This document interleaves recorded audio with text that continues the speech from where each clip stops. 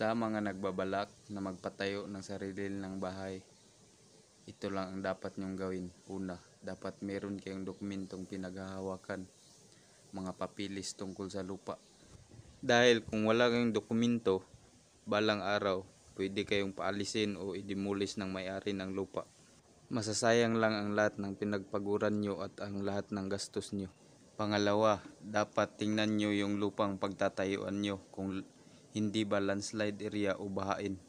Baka pagsisihan nyo aanurin lang ng baha yung bahay nyo o di kaya matabunan lang ng lupa. Pangatlo, sukatin nyo yung pagtatayuan nyo ng bahay kung magkano ang materialis na bibilhin at gaano kadami. Pang-apat, pera at materialis.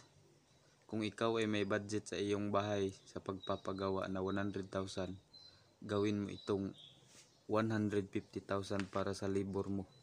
Sigurado ako matatapos ang bahay mo. Pero kung gusto mong makatipid, ikaw lang gumawa sa bahay mo.